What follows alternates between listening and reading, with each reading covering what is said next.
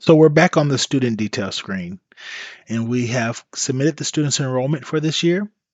We submitted their student information. Remember, that's a combination of the demographics and the address. If you are submitting this data online, the student information is comprised of the demographics and the address.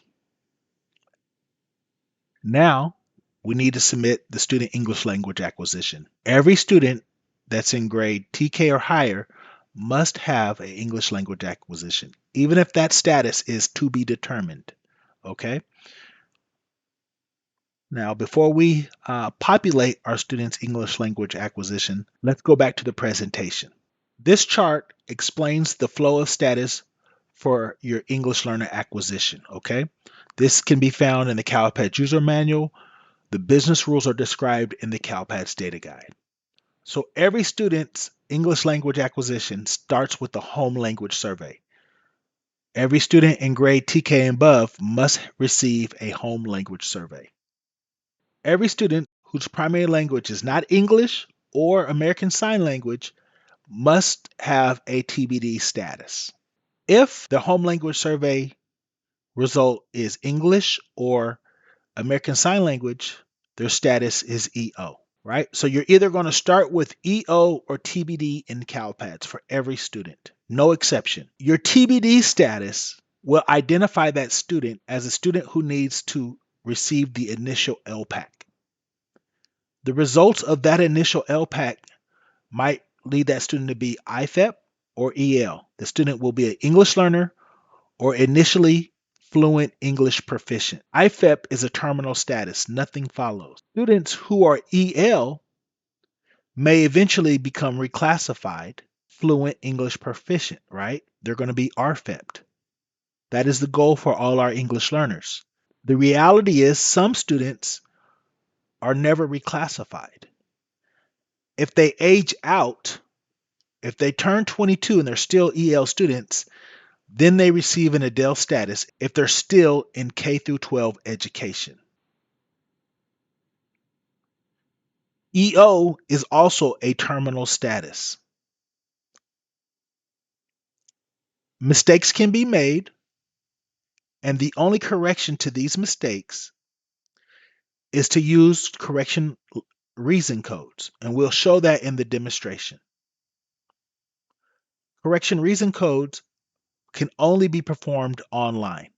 So similar to changing a student's name or birth date, you cannot make English language corrections to the status without correction reason code, right? That's the normal flow. Of course, if you catch it early enough, you can. So if you make a typo or submit the wrong code, TBD or EO, and immediately delete it within minutes or hours, right? You can change those statuses, right? That functionality is allowed. But if a student is TBD and is tested, you can't change an IFEP or EL status. That will require a stairs request. That may go against the business rules. You want to make sure that you receive this home language survey, enter in the appropriate status. A student should only receive the home language survey once. Their initial California school enrollment, they receive a home language survey and their status is determined. If the student transfers districts, their status does not need to be resubmitted. It only needs to be submitted if it changes. So if a student transfers in as an English learner and eventually they need to be updated to RFEP, you can change that status. But if a student transfers in as an English learner and remains an English learner, they don't need a status record for your enrollment. Until that status changes, that status is good for the life of their enrollment in CalPADS. Let's go back to the demonstration. Okay, so student English language acquisition.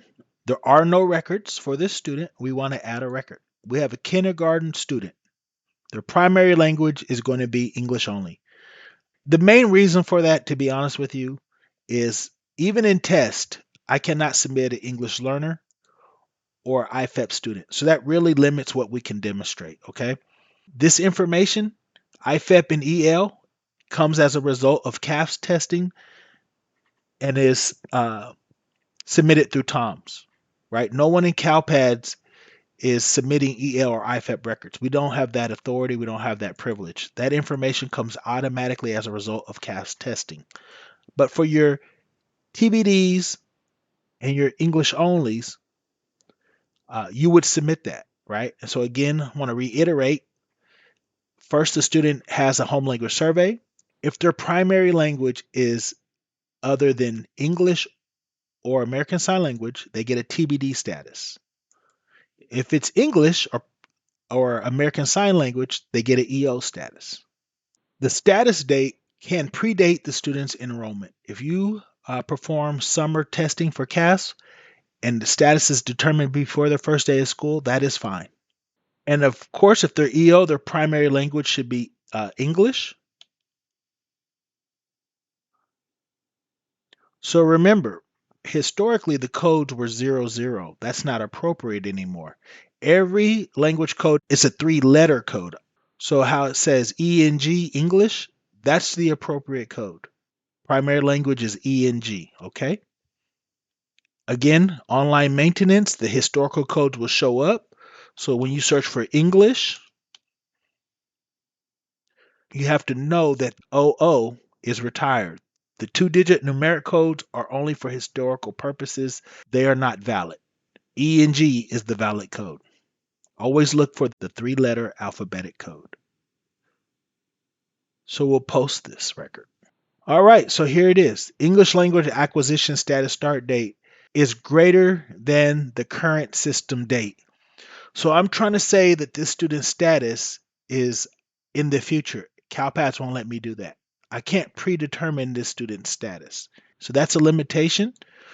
Since I know the student's status as of the 12th, I'm submitting the data as the 12th. That's the status date. And that works because if you're enrolling the student, if this is a pre-enrollment, you've already received your information from the parent. The enrollment paperwork will have the home language survey. So we'll refresh. Do the English language acquisition status and see there it is. Now let's say this was a mistake, right? For whatever reason, English is not the primary language. This can be deleted again if it's early enough. You can delete this record. And see, the status is gone, right? So if it's a mistake that you make with the initial status, right, it's easy to correct. But if it was a mistake, the student parent said the student speaks a different language, the status is TBD, and we'll use the appropriate language, right? In this case, it's Spanish, and we'll post that. Okay, so we have another error. Primary language. Oh, all right. See, I used the wrong value, 01. So that's just an illustration that those codes are not valid. It's a 2-digit numeric code. So I typed in SPA and I selected Spanish down here. I should have selected Spanish there. The 3-digit code is SPA. And here we have Spanish. Pretty easy, pretty simple. This student will be identified for CASP testing. You need the enrollment, the student information, and the student English language acquisition status of TBD to be identified for CASP testing. If the student comes back as an English learner, a secondary status with the date of the test, so it will be after the status date, whatever the test date is, will be automatically put in by the system. So the student will have 2 statuses. We mention this because the student has to be tested and confirmed EL and CalPADS before census day to be counted for LCFF. Remember, English learner students generate LCFF funds. So not only is it law, but it's imperative for the financial benefit of your LEA to get your students who don't speak English, right? Your non-English speakers on the home language survey tested as soon as possible. You want to have their status determined before census day. Even if you determine them to be a English learner after Census Day, if they're TBD on Census Day, they don't generate LCFF funds for their status. Certainly, they can meet other criteria, but that status, that EL status, will not be counted. Okay. If you have a student who's identified as an English learner by mistake, perhaps they never should have been tested. It's a terminal status. You don't have the ability to change it. There are correction reason codes.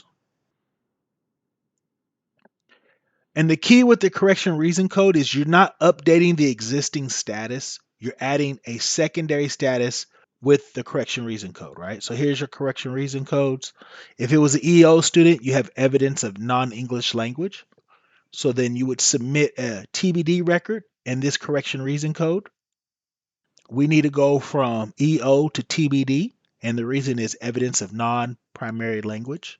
So for an example, if a child is a child of two different households, and let's say the father speaks Spanish and the mother doesn't. If the mother fills out the home language survey, naturally she might say, "We speak English here."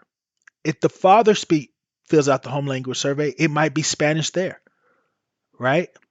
How you communicate with the bilingual child can be different if you don't speak that language, right? There's a scenario that the parents don't have the same primary language. The child is learning it, may have learned it. It may be their primary language, but the other parent doesn't recognize it. Whatever the situation of life, uh, we try to be able to be flexible and accommodate that. So there's situations where a student can show evidence of EL or IFEP and not be EO. Again, the status goes to be determined from EO. You populate a subsequent status date. You're not replacing the EO. That record stays. You use a subsequent status date, and then you would type in the corrected primary language. Whatever language that student is speaking, that's the evidence, okay? Once that student's TBD, they can be tested and be determined if they're EL or IFEP. 3 and 2 have been retired. So we'll go back to the presentation so I can show you the current SELA correction reason codes. This is also in the user manual. This graphic was pulled from that. And the current or the valid correction reason codes are here. You can also go to the valid code combinations document as well. So the way you would use this table is EO can go to TBD using correction reason code 1. Again, you don't update the EO record. You submit a subsequent TBD record after the EO record. That second record is the correction record. And the reason why it's valuable, it tells us, one, why it's being changed, and two, the date of the change. CalPADS is a longitudinal database. We're trying to keep track of the student's record over a period of time. Correction reason codes don't replace the existing record. They're subsequent records to show a correction. 4, ineligible student tested, right? So student who was never EL, was EO, was tested. That's a correction, a valid correction. And 5, evidence of EL or IFEP. We've talked about that a little bit. And then there's other scenarios in which they can be used other than the 2 initial ones. All right, so those are the correction reason codes.